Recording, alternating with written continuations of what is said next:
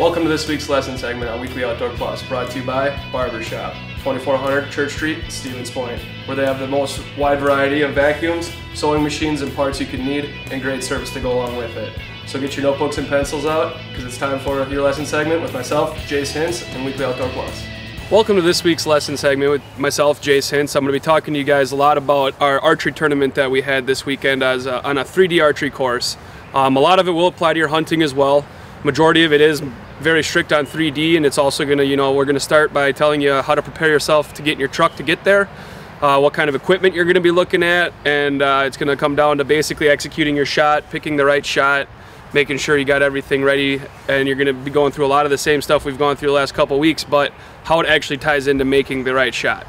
So to start off here, I'm going to be talking to you about how to prepare yourself to be going and not forget anything.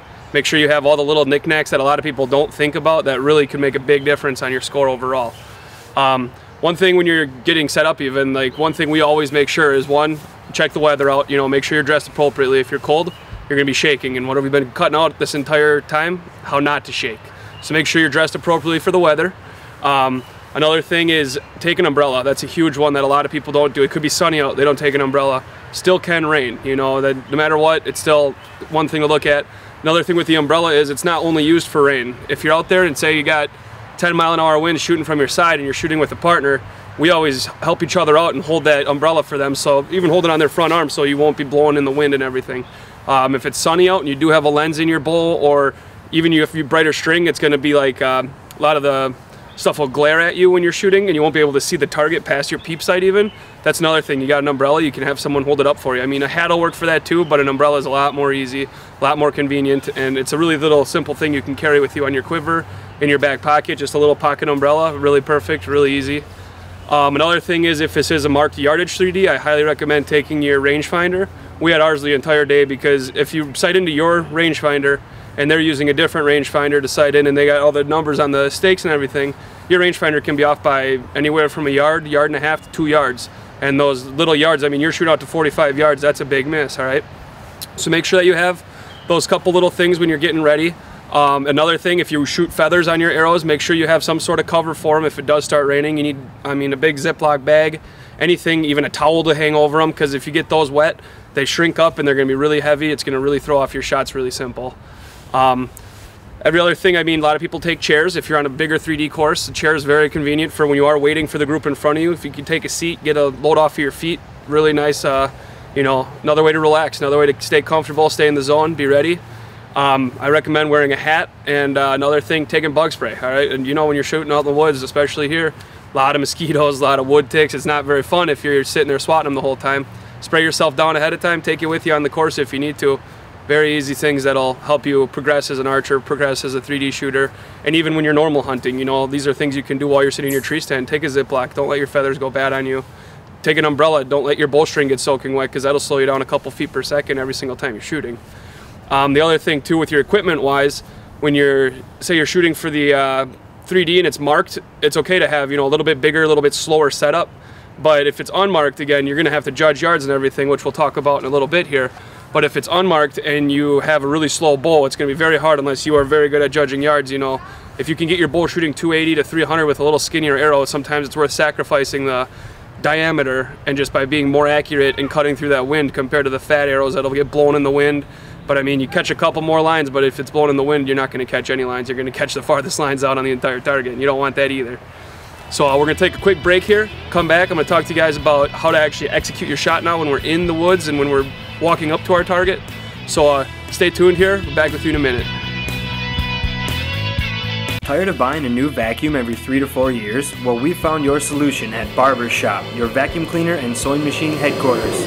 Before I invest in a vacuum, I'm going to Barbershop. And while you're here, take advantage of their scissor and knife sharpening services. With the knowledge to help you find that vacuum or sewing machine you're looking for, why go anywhere but 2400 Church Street in Stevens Point to Barbershop? You need parts? We have as complete of a supply of vacuum and sewing machine parts as you could find. So before you invest in a vacuum, see us, because we sell the best and fix the rest. Barbershop, 2400 Church Street, Stevens Point. Welcome back. Now I'm going to talk to you guys about how once you get to the place you're going to be shooting at, how you're going to get set up and everything, and how to actually execute the shots that we've been going through the entire time. When you get to the place, first thing you do, obviously, get ready, get comfortable, make sure you got the proper apparel on again so you're not going to be too cold or too hot.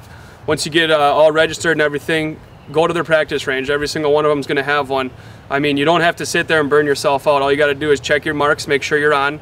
If you're not on, just make sure, I wouldn't move my sight, all right? If you say you shoot 20, 30, 40 yards there and you're high on all of them, don't move your sight, because that right there is already telling you that normally it's outside. They got a couple bricks in the ground, which aren't exactly perfect. They got a couple bunkers up that have been there forever. It might not be exactly 20, exactly 30, exactly 40 yards, but if you're hitting consistently, that's all that matters, all right? So when you go out there, you start judging your yards, you'll be right on to where you've always been shooting. So now once you practice, you get all warmed up and everything, when you walk up to your targets, like this is the biggest key when you get there. One thing when you're walking, take your time, all right? Sometimes you got big hikes in between targets. Too many people try to sprint to the next one, and you end up just waiting for the people that are there anyways, you know? And there's no reason to hurry. I mean, you came out here to have fun, I hope, and, you know, have a good time with your buddies or whatever. Don't be in a hurry. Take your time, get there. Don't wear yourself out on something that's not even shooting, because you came here to shoot good. One thing too, when you're walking and carrying your bow, a lot of people, you know, carry it all awkwardly, heavy. If you got a heavy bow or anything, or you got a light bow even, you know, don't be carrying it really hard so it makes your arms tired. Switch arms if you have to. One thing that I always do too is most bows you can find a very comfortable spot to hold it on your shoulder. A lot of people walk through the woods, you can hold it up and you don't have to actually, I mean, you're using no muscles at all on your arms and everything, just keeping it from falling off. And that's something right there that'll also save your arms. So when you are pulling back by, you know, target number 28, 29, or 30, you're not tired already.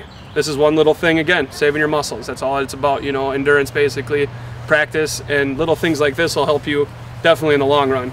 So once you get up to your first target here, what you got to do is, first thing you got to do, get a comfortable base. Like we started on week 1, you got to get there, and a lot of them will be on little hills and stuff. What you got to do, I mean, either wear a pair of, you know, older sneakers or even a pair of boots, anything that works that has a nice flat surface on them, but make sure you get in there, you kick out the floor if you need to, kick some dirt around, make it so you're on a nice flat level surface. As soon as you're on a nice flat level surface and you're standing right where you're going to shoot is where, if it's not marked yardage, you're going to have to start judging. All right, because the first thing you always want to do is move your sight, because otherwise you forget to move your sight and you're going to miss and you're going to not be happy, and it's a big point coster. All right, so when you get up there, stand exactly how you're going to shoot. And the easiest way that I've learned judging yards is, when you're doing it, find a common denominator that you've always done. Like what I do is 20 yards. I shoot 20 yards indoors every single day. Easiest way to, I mean, I can pick out 20 yards with plus or minus a half yard. I mean, you can find your spot, find a tree. Okay, that's 20 yards, or it might be 21 yards, hair over. Then look at, okay, target looks like it's another 8 behind it. Okay, I'm at 29 yards, 28 and a half yards, whatever I want to decide. Biggest thing when you do pick out exactly how far you think this is, you need to move your sight right away to your first guess. 90% of the time, your first guess is going to be your right guess. One thing that you also take into effect, once you move your sight and you get it set exactly where you want it, is how the animal is laid out. If you've got a little tiny animal out in the middle of a field where it's open like that, it's going to look like it's a lot farther away. Or if you have a little animal in a tunnel where it gives you tunnel vision, it can look a lot farther away. Where if you have a big animal on a field, it's going to look close, but it could actually be out there at 40, 45 yards. Another benefit is if you know how far the max yardage is. If you're shooting on a course, 90% of the time it'll tell you max yards 45 yards, max yards 30 yards. If you know the max is 45 yards and you're judging an animal and you think it's 50, you're 5 yards off already. Move your sight back to 45 at least. I mean, normally they don't even put them right on the back wall there, so that's one thing too when you're judging your yards. Think of the little tiny things, you know, size of the animal. Is there something that's influencing how far you think it is because of like the optical illusion of how big it is? Once you got your final guess, set it on there. Biggest thing, be very confident with it, okay? No matter what you put your sight on, whether you're off by 5 yards or right on the nuts, you need to literally decide that you are right, okay? Mentally, you are perfect. Now you just execute that shot we've been working on day in and day out, all right? So if the wind's picking up really heavy and really slow, especially here in Wisconsin, we got really good gusts. If it's blowing really hard, give it a minute. Wait until it slows down a little bit, or have your buddy grab that umbrella and hold it for you so that he can block the wind for you. All right, now, once you do this, you gotta pick out your animal. You got to pick out little marks or features that you can aim off of. Another thing, make sure you got your binoculars. Obviously, when you get ready, you got your sight set and everything, get your release ready, use your binoculars. Find where that 12 ring is, find exactly where it is. While you're looking at the 12 ring then, if you can't see a hole in the middle of it, which, you know, normally the holes are actually going to be influenced high or low, left or right. So make sure you know exactly where the center of it is, so you can try to pick out the center of it when you're aiming. So if you do miss the center, still catching lines. A lot of things you can go off of. The front leg, you know, front leg is pretty much always in line, or if you go off the back of the front leg, you'll be right in line with that 12 ring. If there's trees around it, you can see a tree behind it, or there's a branch going in front of it, little things like that you can pick up that you can aim off of. Javelinas, I mean, you got leopards, you got coyotes, all those have little tiny white or black dots on them actually that are, you know, somewhere in the middle there. Fallow deer has a perfect white dot almost every time.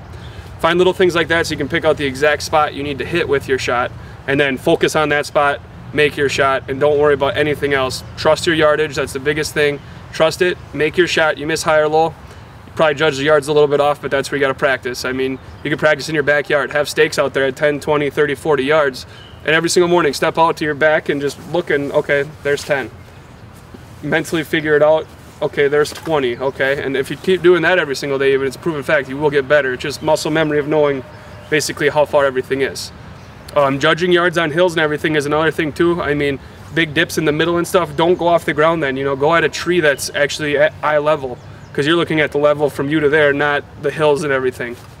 Those are the little things that you definitely got to be thinking about. If you can, practice. I mean, as much as you can practice judging yards, even if it is marked yardage, step up, guess how far it is, and then cheat and look at the back of it and make your normal shot. All right?